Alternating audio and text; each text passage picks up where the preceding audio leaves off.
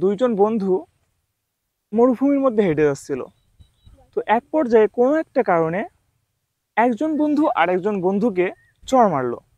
তখন ওই বন্ধুটা অনেক বেশি কষ্ট পেল এবং বালির মধ্যে রেখে রাখলো যে আমার সব থেকে কাছের বন্ধু আজকে আমাকে আঘাত করলো।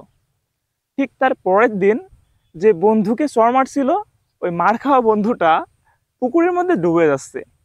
তো যে বন্ধুটা চড় মারছিল ওই বন্ধুটা ডুবে যাওয়া বন্ধুকে উদ্ধার করলো।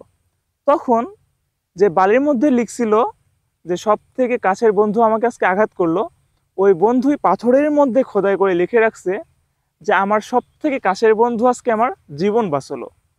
সো এই গল্পের মানে কি?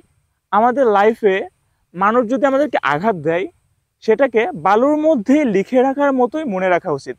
বালুতে যদি কোনো কিছু লিখে রাখা হয় তাহলে বাতাস হলেই কি মুছে যাবে না লেখাটা? ঠিক আমাদের জীবনে কেউ যদি আঘাত দেয় তাহলে এভাবে লিখে রাখা উচিত যাতে খুব দ্রুতই সেটা হৃদয় থেকে মুছে যায়। আর পাথরের মধ্যে খোদাই করে লিখে রাখার মানে কি?